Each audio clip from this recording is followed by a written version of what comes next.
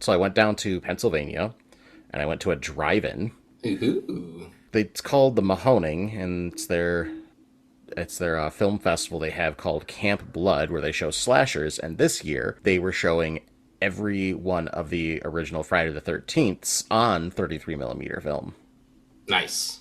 I only stayed for two of the nights, so I got to see parts 2 through 7, I think, or 6. So I want to say 6. I don't know. I can't count. There's so many of them. That's a lot of Friday the 13th. Like mathematically, have there been that many in that span of time? I'm no calendarologist, Steve. I can't Just answer seems that. like an inordinate amount of Friday the 13th when they don't pop up that often. I would imagine that it is quite a high number. I will have to speak with my local wizard to see what they can tell me about this Greco-Roman calendar that I keep hearing so much about. Yeah, I don't think it'll catch on. But you know what does catch on? Herpes? That and starting this podcast. Cool. All right. Hit that intro. You know that wasn't being recorded, right? Two friends named Cory and Steve like talking about films and TV. They thought, hey, what if this was a show? That's how we got here, now you know. Wait, what's the name? That sounds terrible, go on. That sounds terrible, go on. We hope you stick around and have some fun right after our intro song. That sounds terrible, go on. Welcome back, folks, to another fantastic episode of That Sounds Terrible, Go On. I'm your host, Cory. And I'm your host, Steve. Hey there, what up? How's it going? Yeah, for show, yeah, for Rizzle, yeah, cool, yeah, it's super, Steve, but it's bad, too. Why are you talking like some cringy high school kid? Because I once was. What? But also today we're talking about 2007 Superbad. Superbad! Yeah, we gotta tackle that teen sex comedy for our 69th episode. You only get one 69th episode, as they say. Everybody remembers their first. And they're 69th.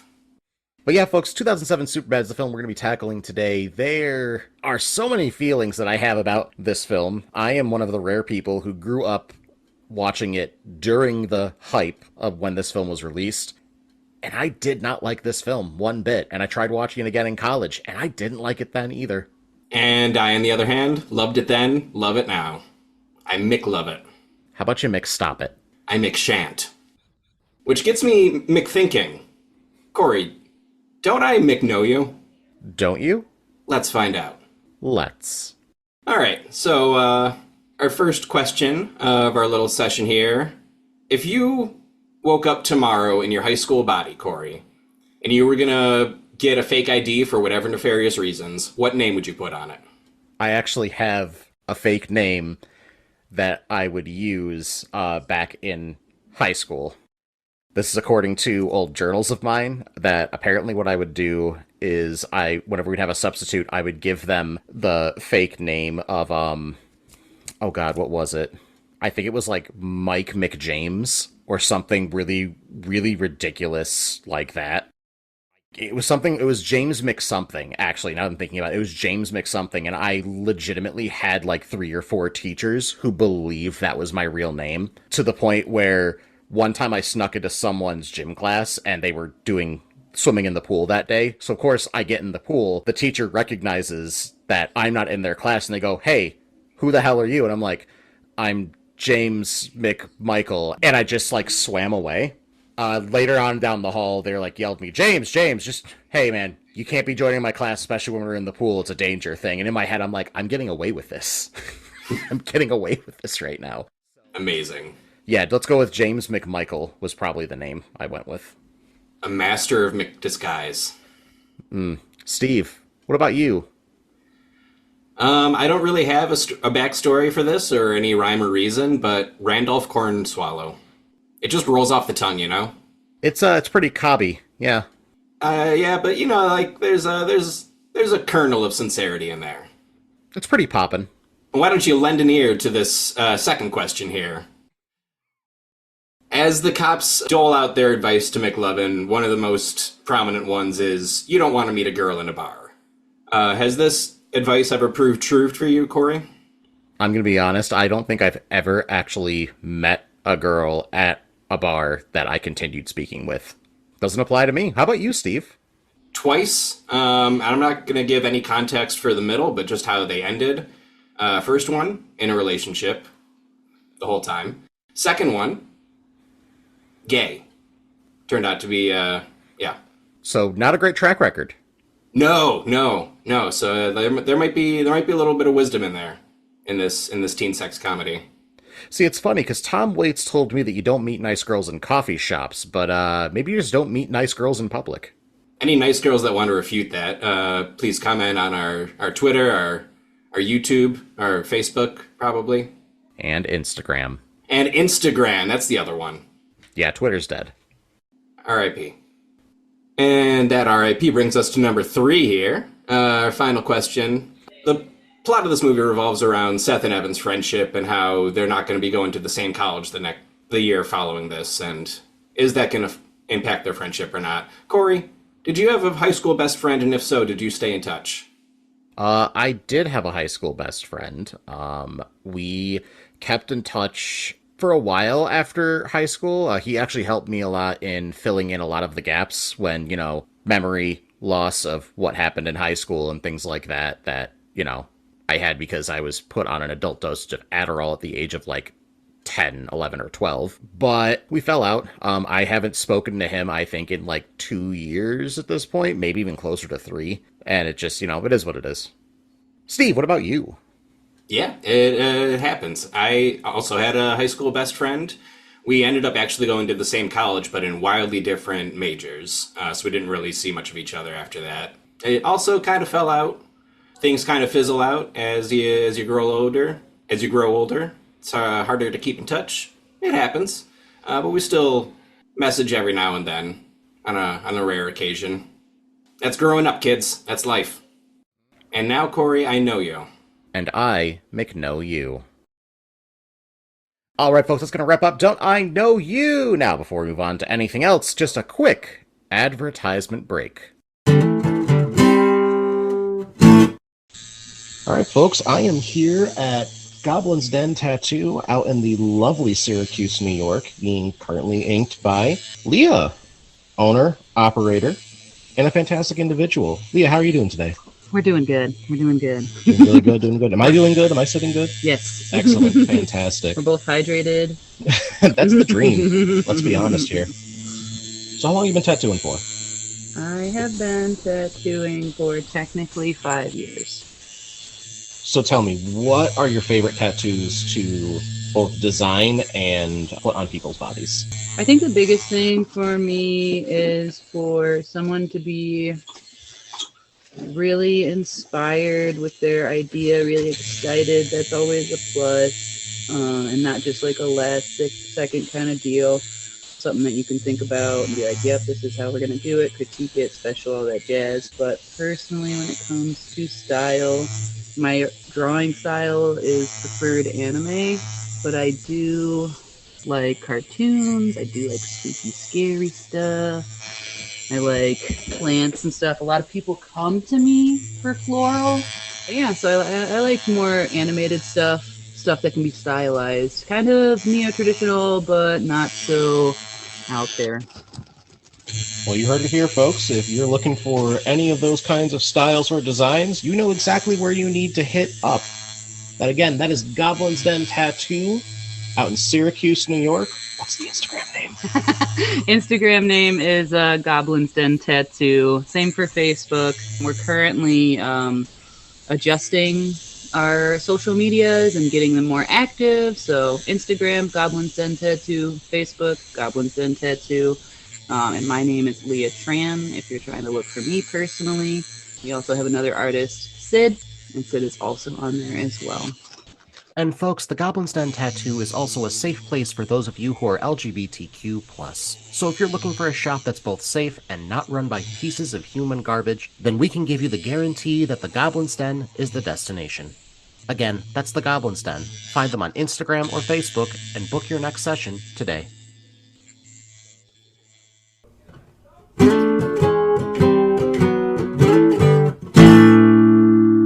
welcome back, folks. How do? Oh, Steve, I am just ready to do this because I want this to be over. How bad do you want to do this? Like, I want to not do this at a very high amount, Steve. So would you say that it's a super bad amount? I don't think I would say that, but I think that there are some people who would. And those people are the members of our cast and crew! Oh, it's the cast and crew! As always, folks, the cast and crew is a part of the pod where we talk about some cast members, talk about some crew members. Now, are we going to be able to get to every single person? Absolutely, including all the extras at the parties and the best boy, because that's your favorite. Steve, even though the best boy is my favorite, we just don't have time for that. There is teen drinking to be had while getting through this cast and crew. And trust me, I'm going to need a drink in order to get through this entire film. But in any case, folks, if you have an issue with the fact that we did not talk about a certain character or a certain performer in this film, please reach out to us on our Facebook, Instagram, or YouTube page. Starting us off, though, as always, we have the director, Mr. Greg Mottola. Now, Mottola is best known as the director and writer of 2009's Adventureland and the director of 2011's Paul. That's not a lot, but those are good movies. It's got a short but sweet track record. Yeah, I'd say so. I think Adventureland, I didn't like it when I first watched it, but I liked it a lot more when I watched it when I was a bit more grown up. Yeah. Adventureland's kind of like a bit of a sleeper when it comes to like a really different coming of age tale as you're like going into college and stuff like that. I feel like that's a sleeper hit for that. For sure. And Paul is just a riot. It's a great time. That's what I've heard. I've heard Paul is a really good time, but unfortunately I just don't have the frame of reference for that. Like if I was to say, if I was to look at like Adventureland and then Superbad, I feel like Adventureland is a much more refined version of Superbad, with less of the humor that I don't like. But we'll get further into that as we go. As for the direction, though, this is pretty solid. I mean, pretty standard 2000s directing, teen comedy. It puts the performances first, which is important for this story, for sure. It is, yeah. It's all about the relationships between the people, and there isn't really any like stylistic flair that gets in the way of that. Thankfully.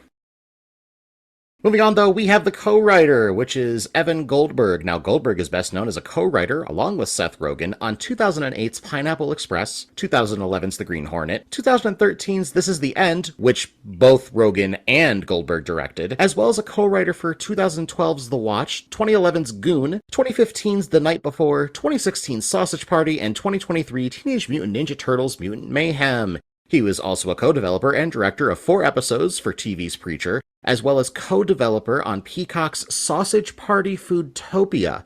He also co-directed 2014's The Interview with Rogan, and he has been nominated for 4 Primetime Emmys and 1 Golden Globe. He, along with Rogan, also launched the cannabis company Houseplant in Canada back in 2019. Cannabis, you say? Yeah, I'll tell you. Now, before we move on with the writing here, let's go on to the next co-writer, who also plays Officer Michaels, which is Seth Rogen.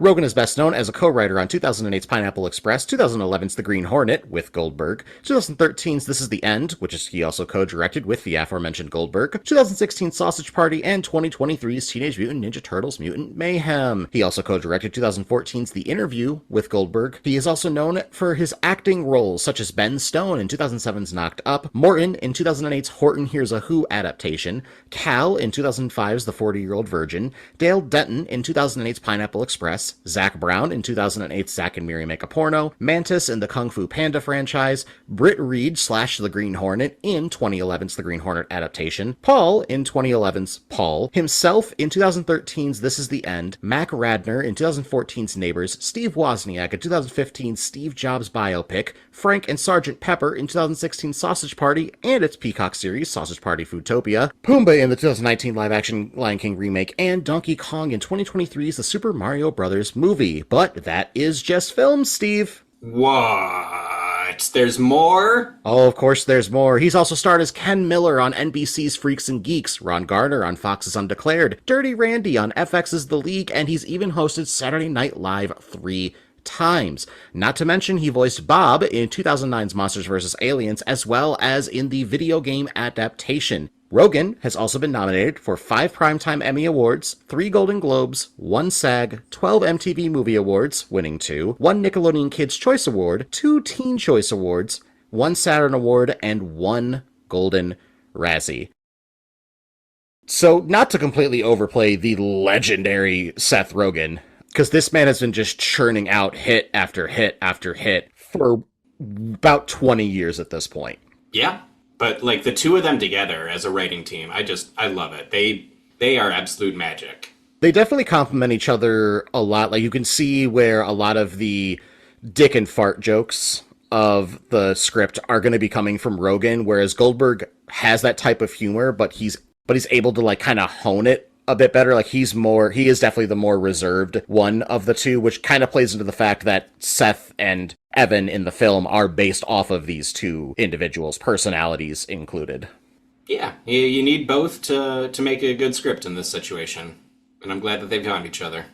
Lifelong friends, man. It does not really happen all that often. Yeah. Especially in Hollywood. That's the real impressive part, is that they joined Hollywood together and they've still thick as thieves.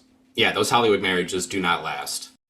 But let's talk this script. So, there is a lot of heart to this script, which is why I feel a lot of people believe at first, oh, Judd Apatow wrote this, right?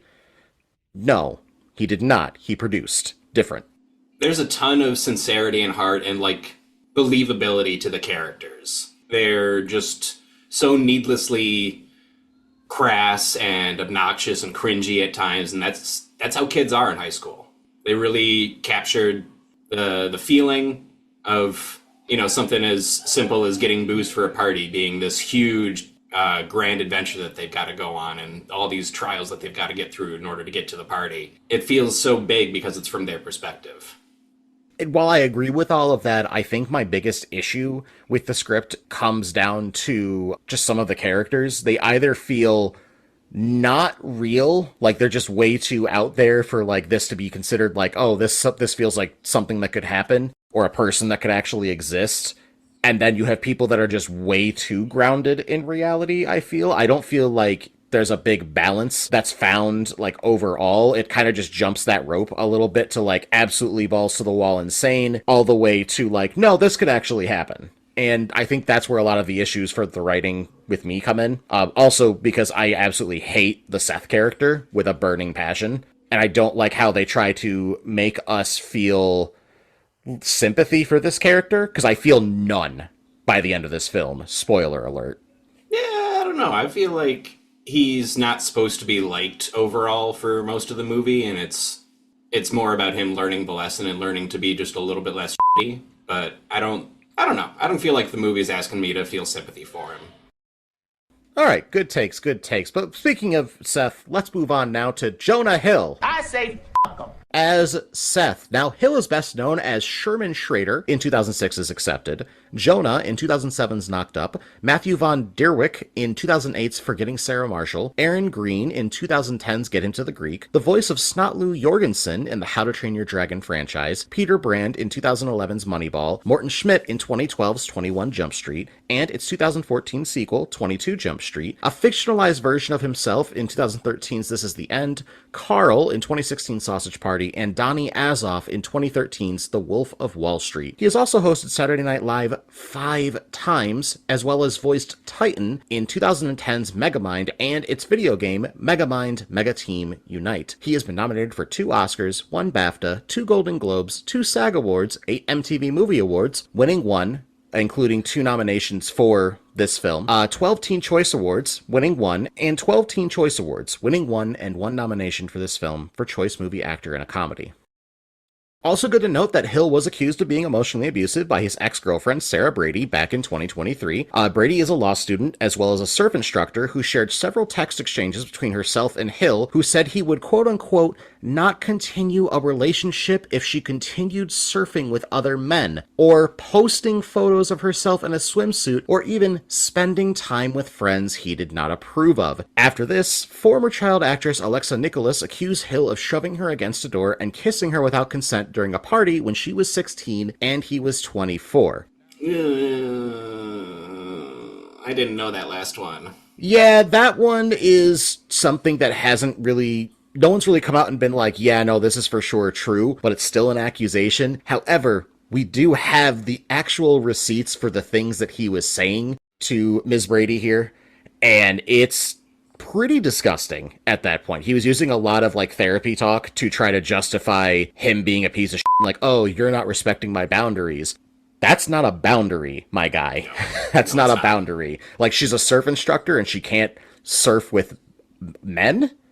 Bro, it's her job. Not cool, man. No, not at all cool. So because of that, Jonah Hill receives no choir. Instead, he gets the I say fuck him. Quite indubitably. Moving on, though, we have Michael Cera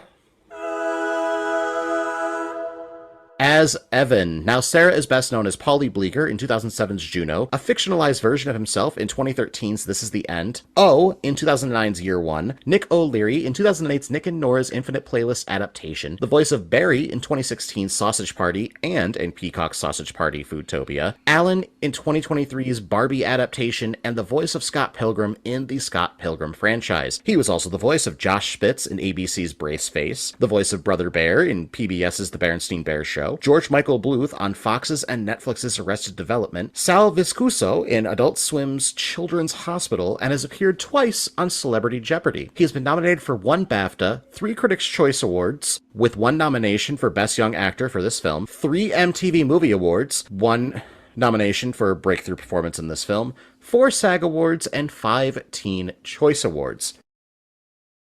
Cera is the guy you call when you need someone to sell being authentically awkward and shy, but still having great comedic chops.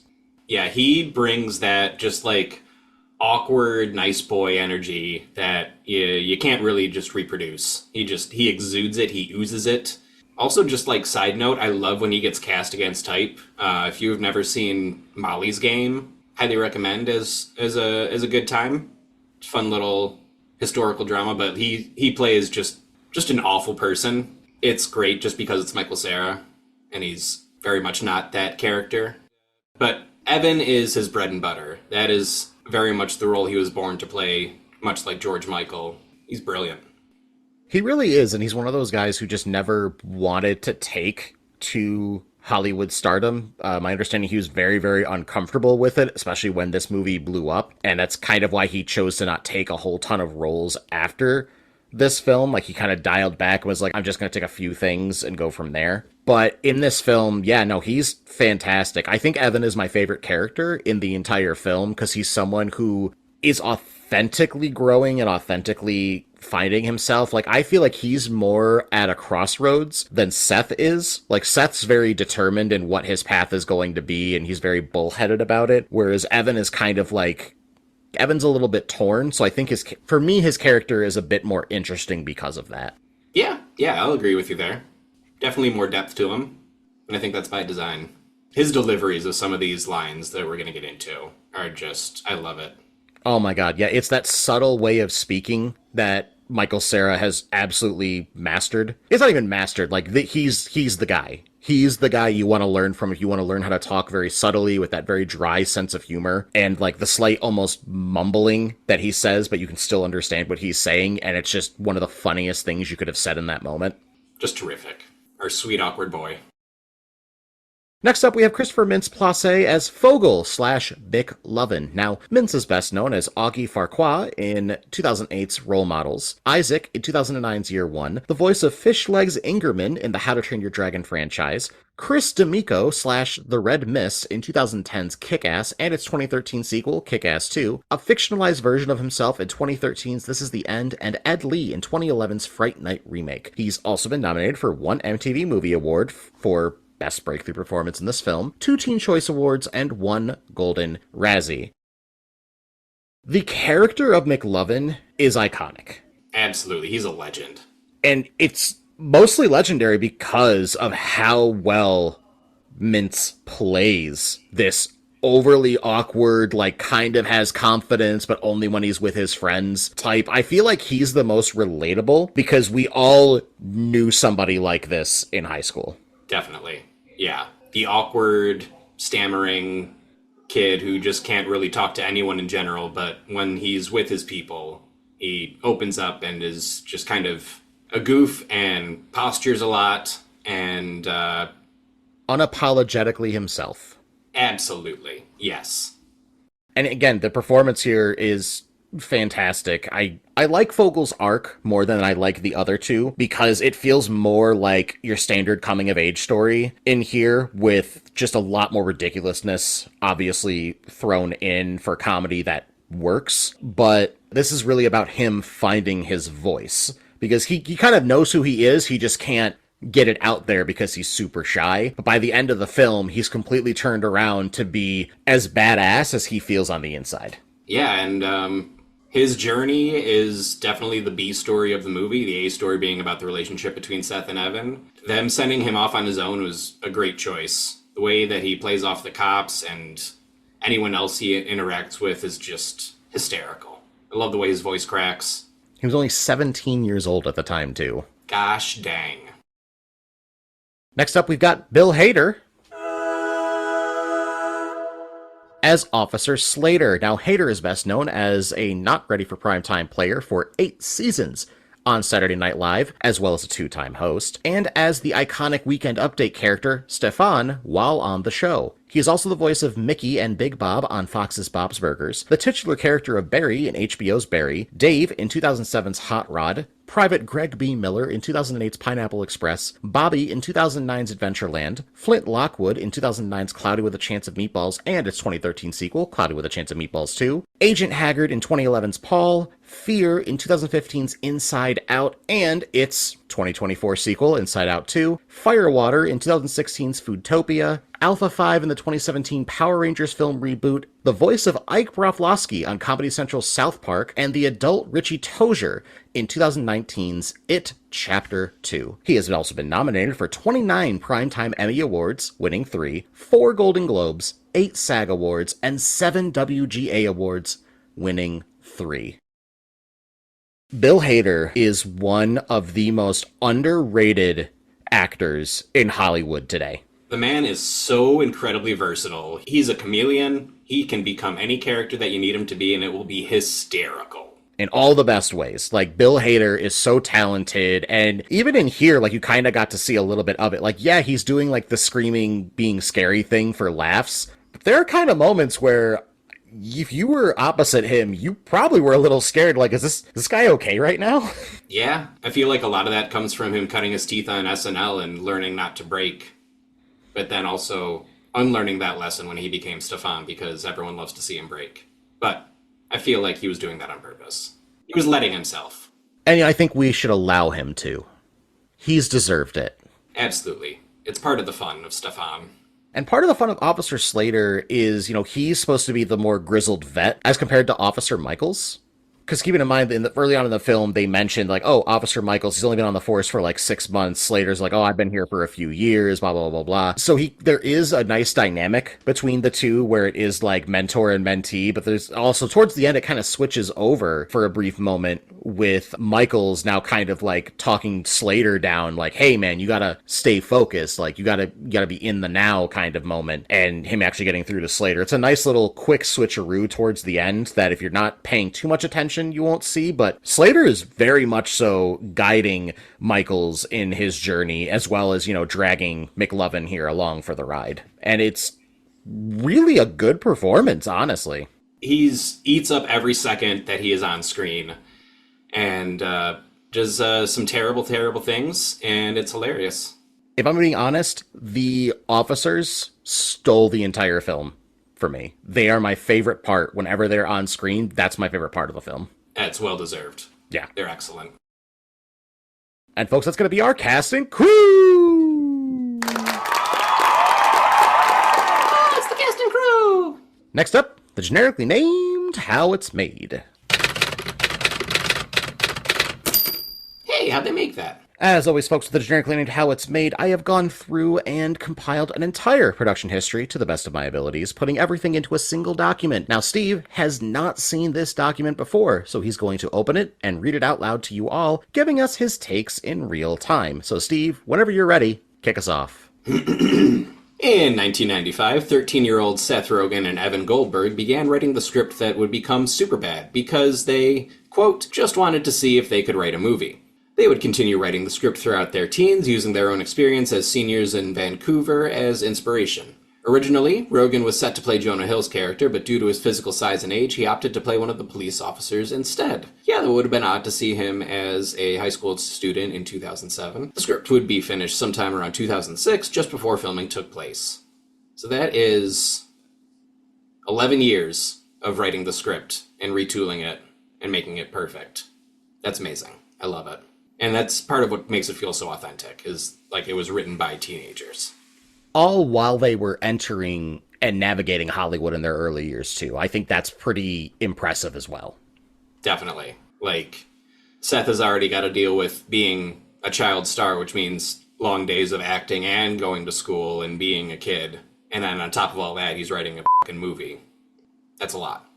During casting, Michael Cera's mother convinced him to try out for the part of Evan, after she read the script before he did. Cera would be first considered for the role after being suggested to Rogen by longtime friend Jay Baruchel. The role of Officer Michaels was originally offered to Kyle Gass before Rogen decided to take the role for himself. I could see Kyle Gass doing that. I think I like the casting we got, but I could definitely see if we had Kyle Gass in that role, it would work. It would, yeah. Filming would begin in Los Angeles in 2006, with exterior shots of the high school being filmed at El Segundo High School and the mall scenes shot at Fox Hills Mall in Culver City, California. Other filming locations would include Glendale and California State University's Northridge campus. Mintz-Plasse was 17 at the time of filming. Due to this, his mother had to be present on set during the filming of his sex scene. When he arrived on set, neither Rogen nor Goldberg knew that Dave Franco was the brother of James Franco and believed there was something wrong with him before they figured it out. That's great. I love that Dave Franco has like 2 lines in this, but like absolutely nails them. It's Dave Franco, baby. It's the best Franco. He is the best Franco. See big things in that kid's future. The dick drawing scene had multiple legal complications. Every single drawing had to be individually approved by the studio's legal department, who would pass off notes such as too big or too veiny. The shot of the little girl holding the drawing is actually the hands of a tiny adult woman. During the scene where the cop's windshield cracks, they had to eventually smash it with a hammer to get it to crack. You know, I bet that was a fun day on set. Let's just take a hammer to this cop car. Just go nuts, art department. Superbad would premiere on August 13th, 2007 at Grauman's Chinese Theater before getting a wide release on August 17th. It would go on to make $170.8 million against a $20 million budget. Hoo-wee! It would go on to be nominated for a Teen Choice Award and 5 MTV Movie Awards. It's quite a return on investment there. It's amazing that Hollywood doesn't really want to make those types of movies anymore that cost very little and make a whole lot of money. Too bad, so sad. Thus concludes the generically named How It's Made. Oh, that's how they made it. All right, folks, before we get to our next segment, just another quick commercial break. Stay super. Stay bad. Hey, folks, did you know that we're a couple of corporate whores? We will do whatever you say for money. That's right. We'll give an ad that promises the world to your potential customers for whatever you're trying to sell. Is it true? Doesn't matter. Is it going to work? Still doesn't matter. Give us $5, give us $10. We'll make all your dreams come true as long as your dreams are limited to having your product hawked on our podcast. But Steve, what if I don't have an advertisement written for you? Well, for a small extra fee, we can write one for you, aka make one up on the spot and half-ass it. That's right, folks. If you have any interest in advertising with us, please hit us up on our Instagram at That Sounds Terrible Pod, or find us on Twitter by looking up That Sounds Terrible. Go on. Slide into our DMs so we can slide into your ads. We're going to do an ad for you. That's right, folks. Fill our bank accounts so we can line your pockets with that sweet, sweet internet money.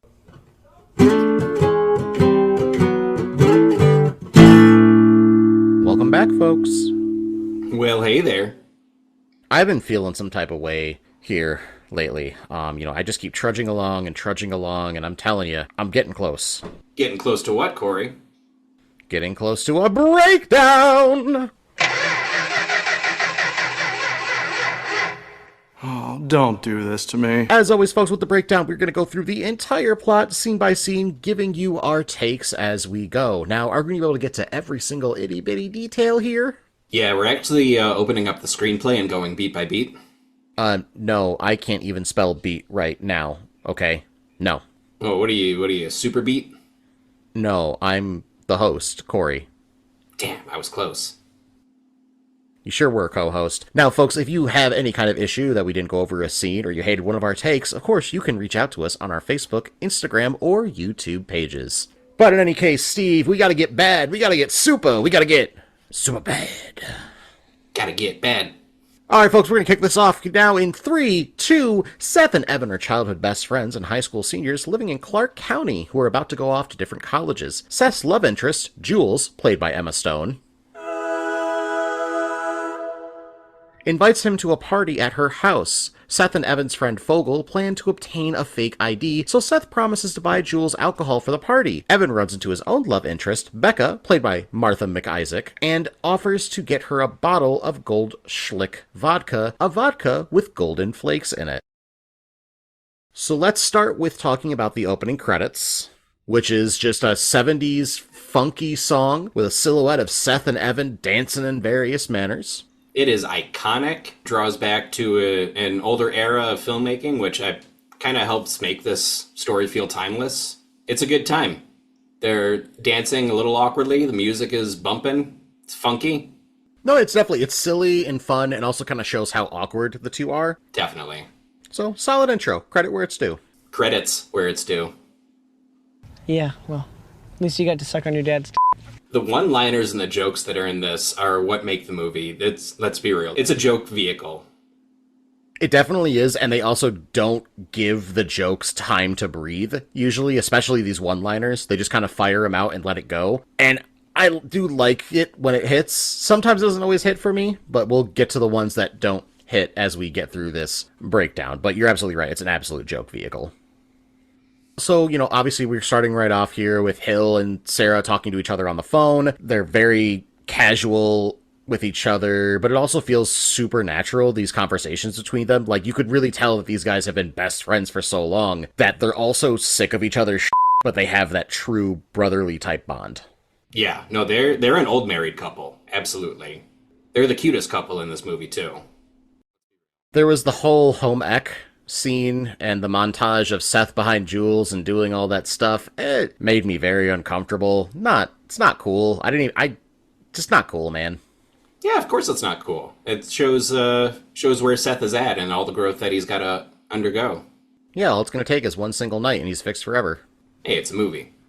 We also have the whole drawing of scene. I hate this. I hate this scene so much. It's too drawn out. I don't find it relatable or funny. Drawn out. I don't find it relatable or funny. It's just thrown in for the sake of laughs that I never end up having. I knew people who watched this who were like, oh my god, it's so funny. I used to draw dicks too. And I just went, I didn't know anybody that did until you said something. Like, is this a thing? Do people normally just draw dicks in adolescence? Something like 8% of kids do it, but whatever. I love that's what he says to justify it. But I think it being so drawn out is part of what makes it so funny. Like, it's needlessly gratuitous, and the amount of drawings that they do, how detailed they are, all the different pop culture references that they make. It's too ridiculous to be believable, and that's what I love about it. I could imagine it must have been really fun being a PA and just, all right, what am I doing today? You're drawing dicks. Yes. Another thing that kind of rubs me the wrong way here is Seth's whole speech about, like, all right, we're gonna get her drunk and then we're gonna her, like, talk to Evan. I never liked this either. Even back when this came out and it was made, it makes me, again, not want to root for Seth whatsoever. He's a very unlikable character, and yeah, it just rubs me the wrong way. Dude, that's called rape. Let's just not. Consent matters, folks. It absolutely does. And once again, that's character growth that he's got to undergo. It's a lesson that he's got to learn. It's an important lesson. He should know it by now, but he's a stupid kid. Stupid kid wrapped up in his own crap. Yep. Despite the obviously fake ID, Fogel successfully buys the liquor under the mononym McLovin, but is knocked out by a robber. When police officers Slater and Michaels arrive, Seth and Evan, who are outside, believe that Fogel is being arrested. In fact, the officers have agreed to give McLovin a ride to the party.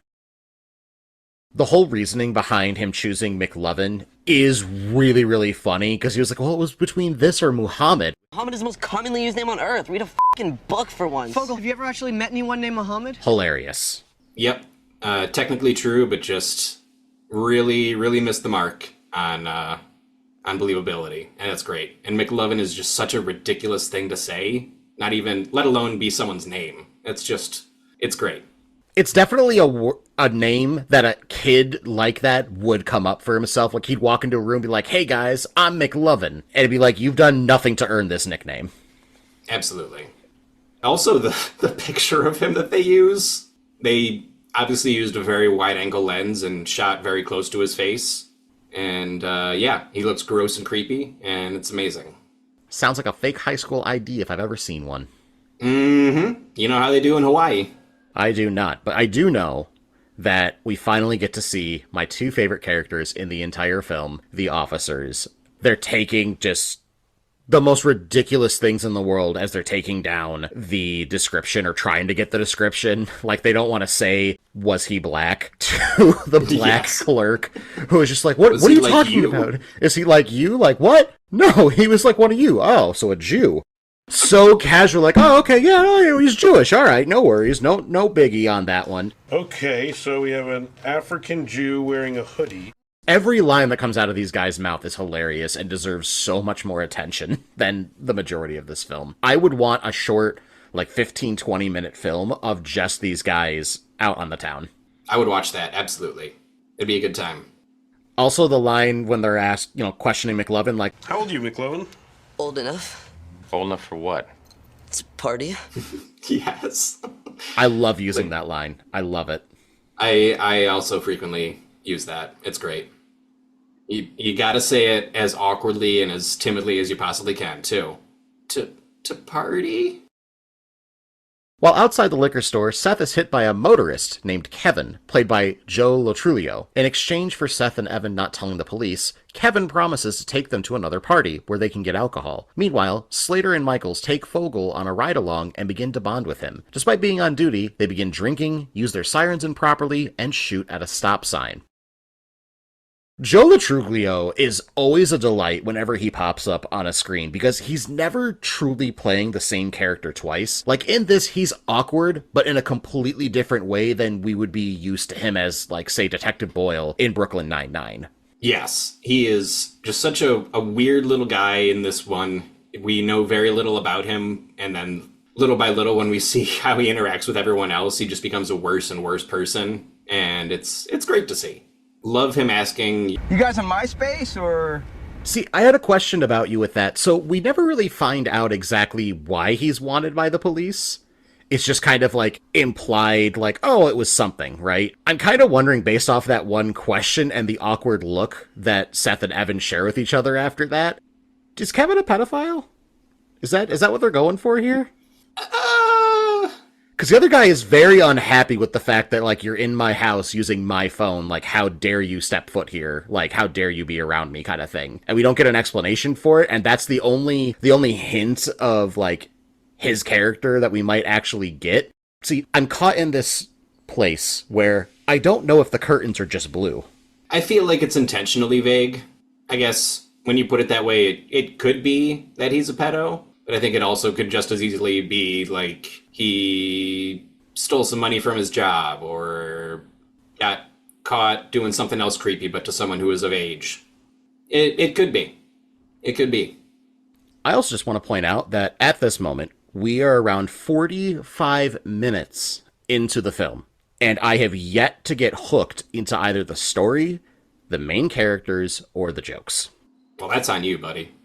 I'm there for the ride. Nothing here made me go, oh yeah, another hour and 15 of this? Let's go. I'm ready.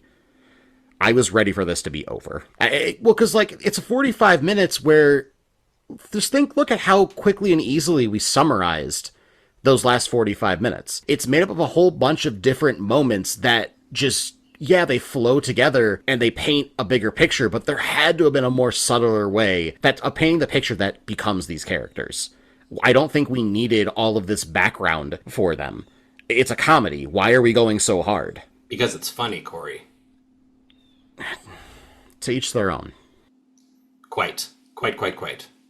Also, going back and watching this again after knowing, spoiler alert, the cops are absolutely screwing with Fogel, just for funsies. If you kind of look at the way they look at each other before they get him into the car, you can kind of tell, like, that's the look they give each other. It's like, all right, let's show this kid a good time. Let's bring him along and let's just have a ton of fun. And Mince's confusion comes across very authentic in this moment.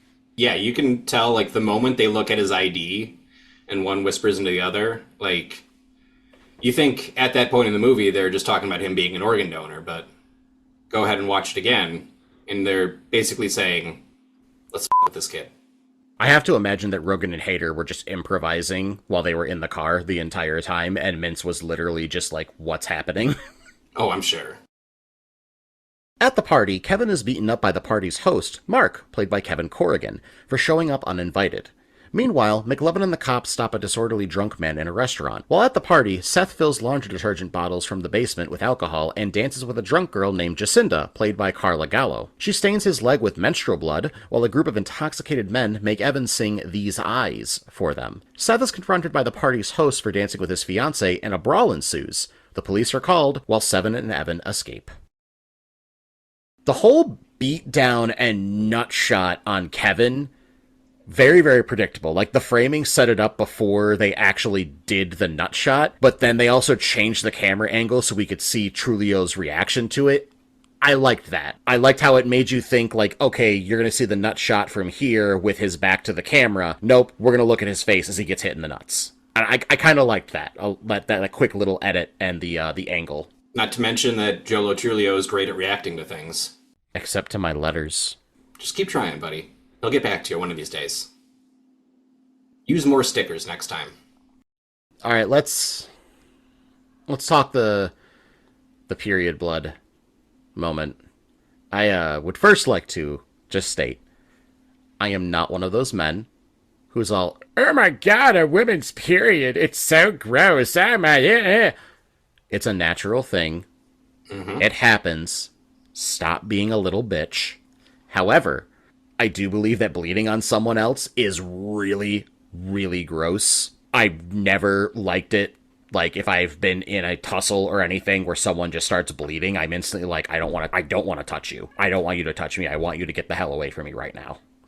I don't like that. That it's really grosses me out, and watching it happen, it doesn't make me feel grossed out in a way where I'm going to laugh because it's awkward, which is pretty much what they're kind of going for here. It's just so lowbrow that I can't, and disgusting, that I can't laugh at it.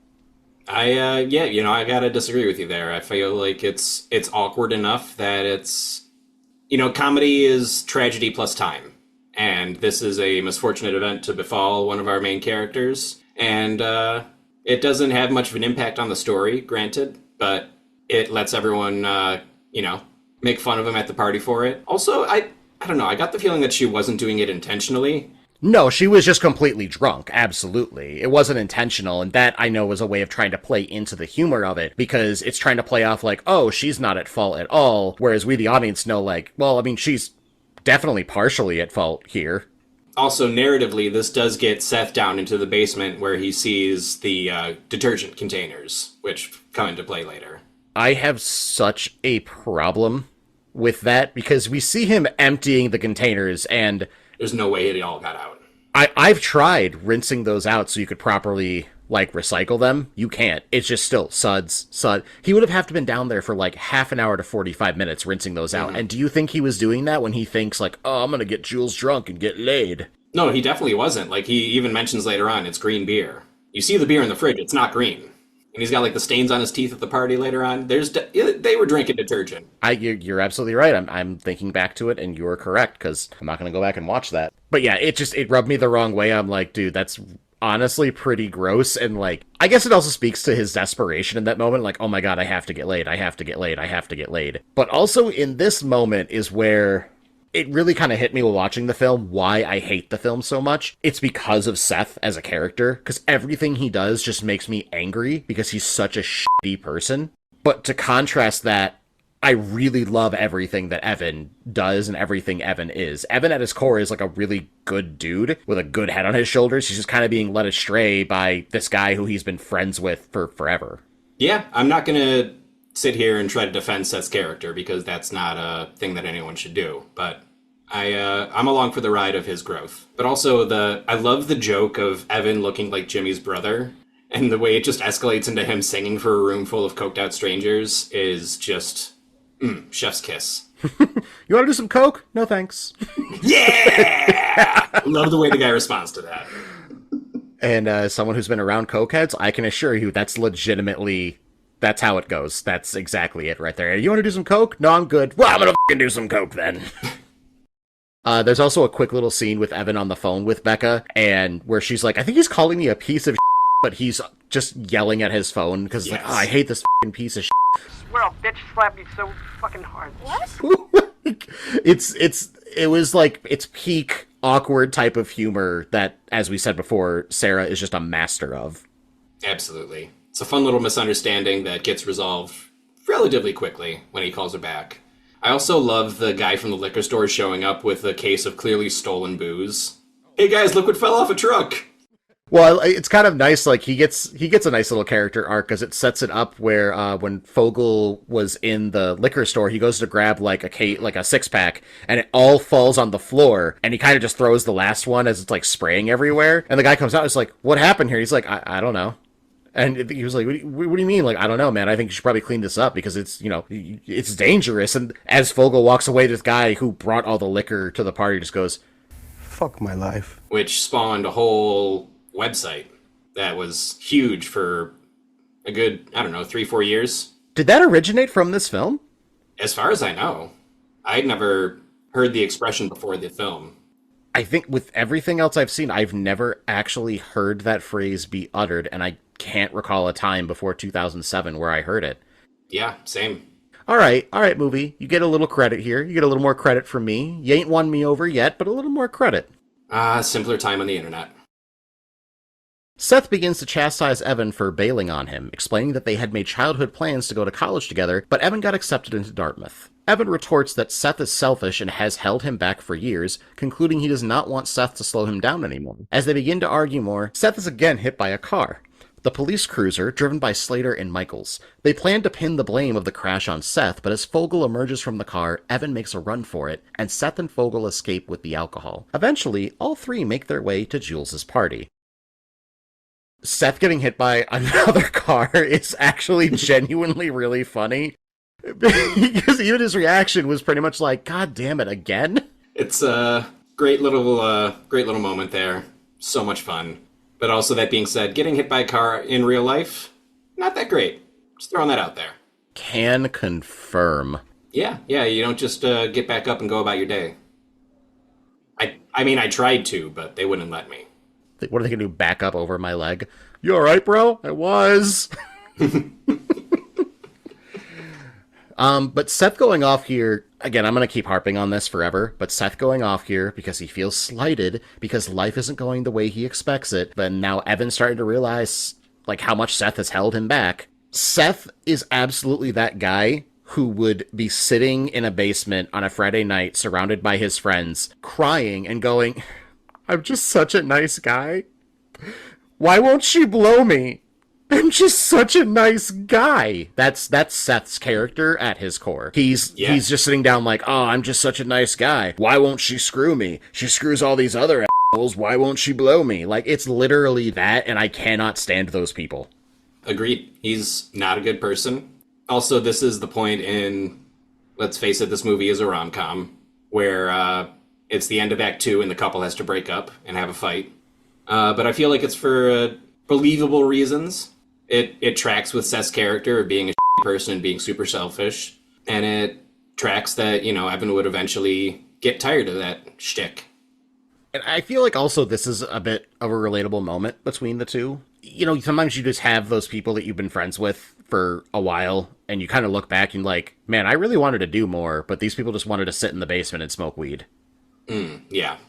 And I wish this maybe explore a little bit more in the film, but I feel like it's okay to look at those friendships and just realize, I think I've outgrown what I want to do with my life and what you guys want to do with your life. In that, hey, I'm not going to be coming around more because I'm putting more effort into wanting to achieve my dreams. And generally you end up finding other people who want those same type of like dreams and aspirations and such, and you end up surrounding yourself with them. I don't know. I think if they didn't reconcile, it would have been kind of nice to have more of a exploration of that. I think I would have liked, but also maybe I'm just projecting what I would like to see in this film because I don't like it. Could be. Again, like Seth getting hit by the second car is great, and then once more after they're running away, getting hit by the baseball bat from the suburban dad. That's the cherry on top. It's great. Wade impacts him and knocks him over. So well done. Also, there's the quick moment where they do have the bottle of bootleg Goldschlager, where it gets taken by the bum that McLovin had ran into and helped arrest with the cops earlier. So it gets like taken out of the bag and it smashes on the floor, and it's trying to like set up like, oh, Evan's in peril. He's never going to be able to bang Becca now, and blah, blah, blah. I felt zero tension watching that. I felt some. Just because they had mentioned the gold slick more than once at this point, and it was, it was a plot point. It was important to him. Not for the best reasons, but you feel that there are stakes for the characters. I definitely felt that, but I just felt like the way they had drew it out was supposed to be this whole like, oh, damn, dude. Like, you're supposed to feel more empathy towards him losing the bottle, and I just did not feel that. You do you. It's the most emotionally relevant bottle that they could have thrown and destroyed on the bus. Fair. Seth's stories of the night's antics make him popular, while Becca wants to have sex with Evan, who declines since she is drunk. Meanwhile, Fogel impresses Nicola, played by Aviva Farber, a foreign exchange student, and goes upstairs to have sex with her.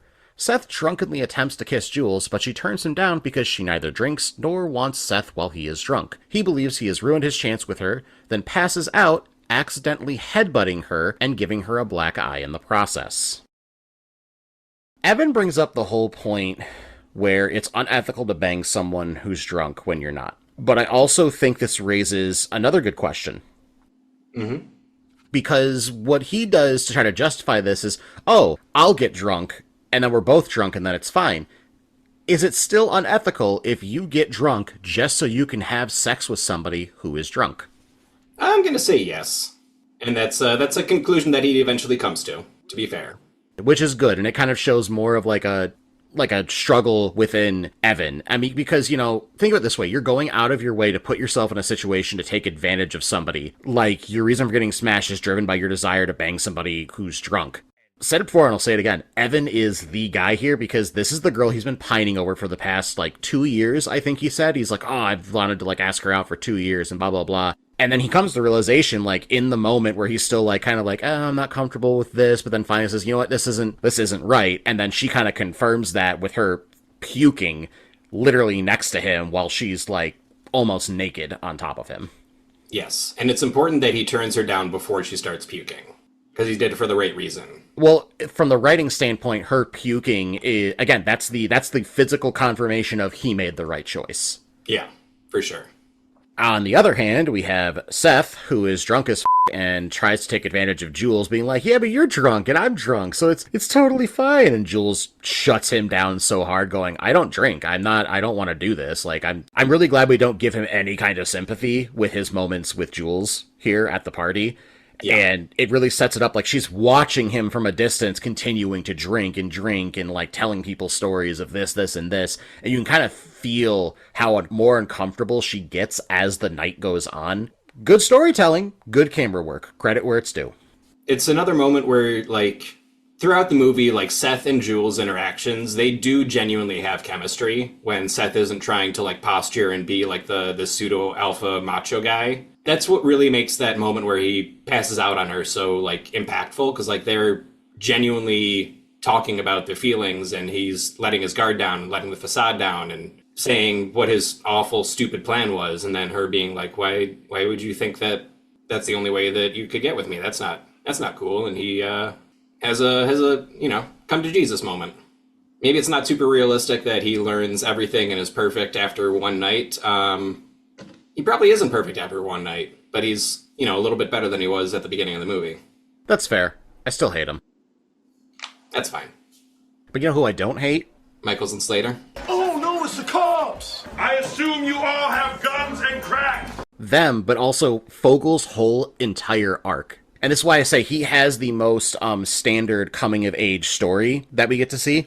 So he starts off with all of this confidence he has only with his friends, which we see in the beginning when he's talking like, oh, I was following this girl and I could see her like black G-string and she was so hot and I was just staring at her, blah, blah, blah. But when she turns around, it's like, hi, how are you? And he was like, oh, it's 10:30 and like quickly shuffles off very awkwardly. But he's telling his friends like, oh, dude, it was so freaking cool for shizzle, man. And now that he's at this party, because he spent all this time with these cops and because, like, they've shown him, like, no, dude, you really are McLovin. You are a badass at your core. He now has the confidence to go up to the girl that he finds attractive and dance with her, and, they consensually both go upstairs. I don't think they were, if I remember correctly, they both weren't, like, drunk or anything. They've been drinking, but they weren't, like, smashed. Yeah. Which is a nice little thing, because I think keeping Fogel as a good guy down at his core is very important. Because he's somebody that you want to root for, because he's doing all the cool shit with the cops. And so with him kind of like finally getting to that moment that he's really wanted,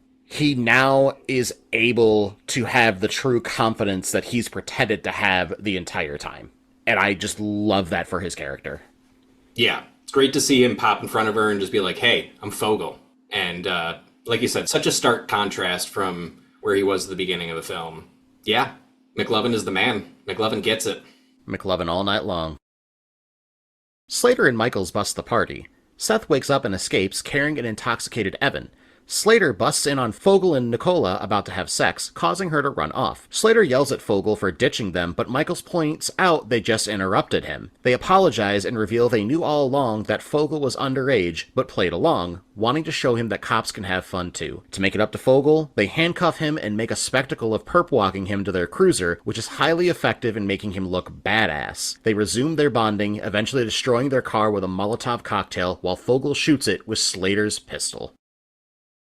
You can tell by all the things the cops are saying here that they really don't want to do anything to break up the party. It's the laziest, like, everyone just get out kind of thing. Like, just shouting at people, but not in a super aggressive way. Prepare to be by the long of the law. Get out. Zero aggression in their tone when they're saying this. It only comes out when they find Fogel and they feel slighted. Like, oh, you ditched us, man. Like, what the hell? Oh. Yeah. They genuinely became friends with McLovin and had some good times together. And also, they're just, as cops, they're just, I know this is a low bar, but they are very inept at their job. They try to do as little as possible. They just want to go out and have a good time and run a bunch of red lights and almost cause a bunch of collisions. They're just there for a good time. I feel like that couldn't have been made today. And then we get the confirmation of they've been messing with him the whole time, just trying to, like, build him up, and the justification of why they took them under the wing. It's a very nice, sweet bookend on their story. And I just find it so fitting that we ended, of course, with one last montage being set to Van Halen's Panama, which is a song about, like, partying and with a fast car. Yeah, great little send-off for their little night of fun. Also, did you notice that, like, when they were dousing the car in alcohol to get it ready to burn, they were just pouring beer on it? That's not flammable. They're just pouring whatever they had. Well, if they get into the vehicle, they have his bag of booze. They're carrying it with them. But they took that to the party. No, like, they took it to the party, but they found the bag inside, and as they're carrying him out, like, one of them was, like, holding the bag. Oh, I missed that. Yeah. Yeah, so they have the bag, so that's what they're doing. They're just like, all right, let's just get rid of everything else that we have, because it's a nice way of saying, like, we're going to leave this night behind us. Like, we had a great time, we're leaving it behind us, and they're getting rid of all the memories of what tonight meant for all three of these people. Yeah, it's like Usher said, you gotta let it burn. Seth and Evan have a sleepover at Evan's, where Seth reveals that he learned weeks earlier that Evan and Fogel plan to live together at college. Evan admits that he does not want to have to room with Fogel, but is afraid to live with strangers. They both apologize to each other before reconciling. And Seth finally does something that's not shitty and selfish by apologizing, but like I said before, it feels very unearned. He only makes a change when he hits rock bottom, and all his plans fell through, and I just don't feel like he's really learned anything from this. He's grown a little bit. I get it. I feel like he has. And this is just such a sweet, wholesome moment between these two, reaffirming their love for each other. The couple's back together. It's cute. I like it. It is definitely the makeup scene of the rom-com, you are correct. Absolutely. The next day, Seth and Evan visit the mall and run into Jules and Becca. Becca and Seth apologize for their drunken behavior, and the boys pair off with the girls. Seth takes Jules to buy concealer for the black eye he gave her, while Evan and Becca leave to buy a comforter to replace the one she drunkenly vomited on. Again, Evan is literally the best person in this entire story. He plays it off so cool, like, oh yeah, I don't remember anything, because he just doesn't want her to feel embarrassed about her being super drunk and trying to, like, sleep with him, and her even bringing up, like, oh, you're gonna be my first, which is, like, extra, like, oh, dear sweet God, no. Please, God, no. That's so much pressure to begin with, especially with someone as awkward as Evan is. But given the circumstance, he just plays it off like, no, it's cool, it's fine, like, nothing happened. Yeah, literally nothing actually did happen, which is really cool of him. Absolutely. What a guy. And the last conversation between all four of these, it's pretty awkward, which is a big driver throughout this film, the awkward type of humor. So I guess, like, it makes sense how it ended, but again, I just didn't really feel Seth learned much of anything. That's it. That's all I got with that. I'm going to just keep driving that home. Yeah, and I'm going to keep driving home. He learned a little bit, and he improved a little bit. And it's not a guarantee that he's going to be with Jules for any amount of time, but it's slightly hopeful. It's a little optimistic. Also, probably the thing that dates this movie more than anything else, aside from maybe their phones, is the fact that everyone just happens to be going to the mall and running into each other. Like, that was a very believable thing to happen in the 2000s. That just would not happen anymore. Do you not hang out at the mall anymore? I do not. What happened to the mall, Steve? The mall died, Cory. Malls aren't a thing anymore. The internet. That's sad. I should have sent flowers. You should have. Credit where it's due, though, to the writing and the camera work is, so the last shots we get are Evan and Seth staring at each other as they're going their separate ways. I really, really liked that. And I just kind of wish that the writing and the camera work were consistent with that. Because again, I never felt like the camera work was bad, but I never felt that the majority of the time it was really helping to put emphasis on these scenes like that. Like, that's the biggest one they had, where it was like, okay, I might get a little teary-eyed because these two friends are finally accepting, like, we're going different paths with different people, and that's okay. Yeah, well put. I feel like everything was competent enough to earn us that moment. It's a fun little way to end it. Optimistic that they have a chance at love, and at the same time recognizing that this is a point in their lives where they got to go their separate ways. Oh, to be 18 again. And folks, that's the breakdown. Yay, we broke it down. We sure did. Now, let's break it down once more for our advertisers. Be right back, cool cats. Commercials! Folks, you've been asking about it for years. You come up to me, you come up to Steve, and you say, guys, where's the merch for the pod? I know, right? Just, like, leave us alone for 2 seconds, people. That's right, Steve. We've been way too busy doing all types of other things, such as jumping jacks and putting together puzzles and documents. Tons of documents. But who has time to sit there and truly set up a merch store? Not me, I'll tell you what. If only there was an easier way for us to open up a merch store to sell our merch to people. Well, you know what, Steve? There is.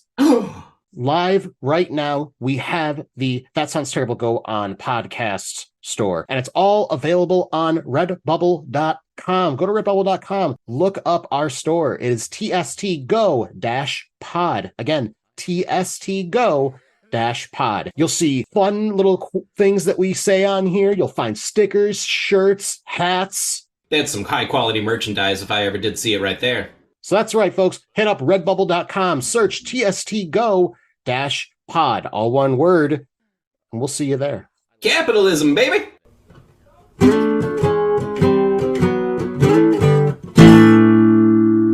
Welcome back, folks. Hi. Now, this has been super bad, right? It's been super great. I love this movie. But what if we had, like, a small bad? You know what I mean? Like what would you call such a thing? I think I would call it, Little bits! Oh, just a little bit. That's right, folks. Little Bits is part of the pod. We get to those things we didn't get to say. Maybe some fun stuff we learned along the way. So, Steve, you got a bit? A recurring bit that I really like in this movie that we didn't really bring up is the kids just completely ignoring and or disrespecting any sort of authority figures or adults. We see it in the home ec class with Seth's whole speech to the teacher about, home ec is just a useless class. I'm sorry, no offense, but it's just terrible and this food sucks and I'm sorry. And I'm sorry for swearing so much. And also Seth running on to Evan's gym class and just to have a conversation with him and completely ignoring the coach or anyone else trying to tell him to get off the field and kicking the soccer ball away. Just think that's a great bit. They do not give a as it were. There's no reason for him to kick the ball into the bleachers. It's just an asshole move. It's great. What a terrible person. Cory, you got a bit? For the DVD release of the film, there is a silhouette of Michael Cera dancing akin to kind of what we see in the opening. Usually, these are about 2 to 4 minutes long, and then they kind of start looping. However, Cera showed up to shoot this, but danced for a straight 53 minutes before they would loop it. Initially, he was asked to do like 20 minutes. He's like, no, I want to do a full 53 minutes. So if you have the DVD or the Blu-ray and you're watching the title screen, for 53 minutes, that is Michael Cera dancing. All different things. What a legend. Absolutely incredible. Steve, you got a bit? I love the fantasies that Seth has about buying liquor in the grocery store. I didn't really touch on. Just highlights of that I want to point out really quick. The $80 bill that he hands the cashier when he says that'll be $80. Just absolutely ridiculous. The old lady exchange with him where... Enjoy your remaining years. I will. Enjoy f***ing Jules. I will. The delivery on that is just so completely hokey that it's perfect and I love it. I just think that those are some very well directed sequences. They've got a lot of sudden intensity to them, and they're pretty funny. Even Seth getting his throat slit. Cory, you got some bitage? Jennifer Lawrence was actually considered for the role of Jules at one point. I can see that. It did go to, obviously, we know, to Emma Stone, and it was also her film debut. Like, that was her first movie ever? Yes. Oh, damn. She killed it. Absolutely. She, instant star. What is she, a 2-time Academy Award winner now? Yeah, she is. Deserved. Absolutely. What a gem. Steve, you got a bit? After the cops hit Seth with their car, and they're about to arrest Seth and Evan, the cops really help Evan realize how much he cares about Seth. 2 different instances there. First, where they got them down on the ground and he's pointing the gun at them, he makes them hold hands, which it just causes kind of a sweet moment between the two of them that we don't really linger on. But then later, when Michaels fires his gun into the air to try to intimidate everyone, Evan's immediate thought is, oh no, they shot Seth! And suddenly you can see it in his face how much he cares about his friend and how much he wants to reconcile. And that's all from cops being stupid and reckless. So cops. Cops. Yeah, absolutely. Cory, you got any more bits? So back when this film came out, obviously the whole McLovin thing was everywhere. Everyone was quoting this film left and right. Yes. I jokingly had called my friend Jimmy Neutron, because he was telling people, like, I don't want to be called Jimmy Neutron. Don't do that. Sure. So I'm being a little asshole. And I'm like, all right, Jimmy Neutron, got a blast. Like, I'm just being an ass, right? He got me back so good because he looks me dead in the eyes and goes, your new name is McLovin. And I laugh like, haha, whatever. He got the entire church to start calling me McLovin until I went up to him and I asked him, like, hey, this is kind of messing with my head because reality, could you just not do that? And thankfully he was cool enough. He was like, all right, cool. But he'll still bring it up every now and again. He'll like call me McLovin just as like a quick little joke. And it's funny. He's a good guy. Yeah, Jimmy Neutron. Good job. Well deserved. Little bits! Oh, just a little bit. And now it's time for everybody's favorite segment. Oh, the Untitled Ben Affleck segment? That's right, Steve. It's As Played by Ben Affleck. Untitled Ben Affleck segment. Now, for those who've never listened in, As Played by Ben Affleck Untitled Ben Affleck segment is when we choose one character from the film we just watched to replace with Ben Affleck. Now, there are 3 eras of Ben Affleck in which we have to choose from, so we choose a character to replace with Ben Affleck, what era, and why. First off, we have the Good Will Hunting era Ben Affleck, which is when he was the indie darling and just starting to get into action films. Next up, we have the Jiggly era Ben Affleck. This is the rom-com era, starting around, well, the release of the Jiggly film. Finally, we have Batfleck-era Ben Affleck, where he's older, more chiseled, and got that beautiful salt and pepper beard. Now, with that being said, Steve, who are you replacing with Ben Affleck? What era? And why? Yeah, I'm going to be replacing Mark, the host of the party that Jolo Trulio takes them to, with Batfleck-era Ben Affleck. This dude just loves getting into fights and beating up guys, and I feel like that would be even scarier coming from a giant bearded man. Yeah, that's a good choice. That's honestly a very good choice. I could totally see that as being a lot more terrifying. Just dragging Jolo Trulio out by his whatever outside. You could probably do it with one hand, being Batfleck. Shoot. Cory, who are you replacing with Ben Affleck, what era, and why? I am also going to be replacing Mark. However, I'm going to be replacing him with Good Will Hunting era Ben Affleck. The reason why is because I see in my head more like a Boston Southie type of tough guy, like coming out, just like talking with a little bit of that accent at, first Kevin, and then of course to Seth, like puffing out his chest, like, what, you danced with my girlfriend? What do you mean you danced with my girlfriend? Like, I feel like that would be a little bit more intimidating, and he would kind of fit in the same age bracket as Mark does. So for me, I feel like that would be the better choice. That's fair. It's almost as good as mine. And folks, that's going to wrap up As Played by Ben Affleck. Untitled Ben Affleck segment. And of course, it's going to lead us to our final question, which of course is, Steve, would you watch this film again? Would I watch this hilarious little romp through the 2000s I got enough. Yeah, I would watch it again. I have so much fun with this movie. There's so many just quotable lines and silly moments. I could go back to this one again and again. Cory, would you watch this film again?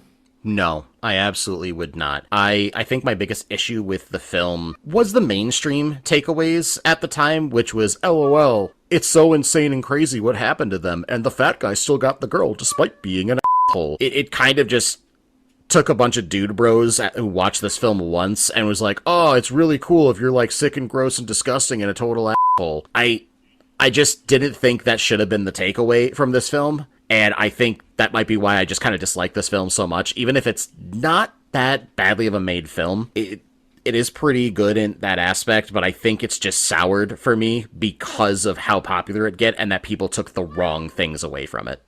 You heard it here first, folks. Cory loves this movie. Cory, is there any circumstance under which you would watch this movie again? I think I'd probably watch it with the right people, or maybe if there was like a drinking game involved with watching it, I think that could possibly be fun. But I'm not going to seek out to watch this film. This is the 3rd or 4th time I've watched it. I watched it at least once in high school, once again in college, just because people kept talking about it, and I went, maybe I just missed the mark on it. Maybe I was wrong. Didn't like it then.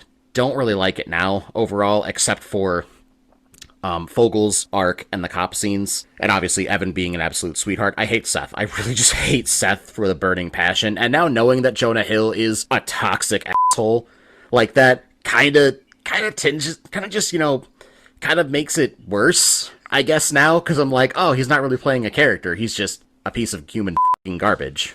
I think that, again, if I'm with friends and we're all doing like drinking game or we're all really, really high, maybe I'll give it a shot under that circumstance, but seeking it out on my own, nah, I'm good. And there we have it. And folks, that's going to wrap up 2007 Superbad. We did it. Oh, God, what a super bad time that was.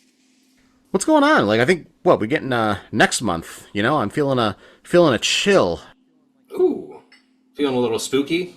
I think I'm feeling a little spooky October month. Ooh. Oh, yeah. Folks, I know we've been kind of a little sporadic with our episodes lately, but we are, of course, going to deliver to you a full month of spooky Halloween favorites. And Steve, what are we starting that off with? I believe we are starting that off by going back to our favorite little Halloween hangout, the Treehouse of Horror.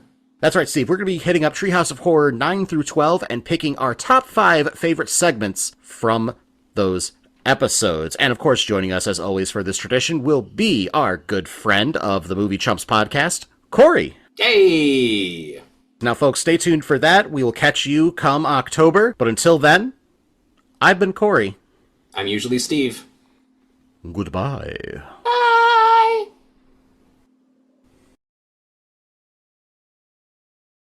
I McShant.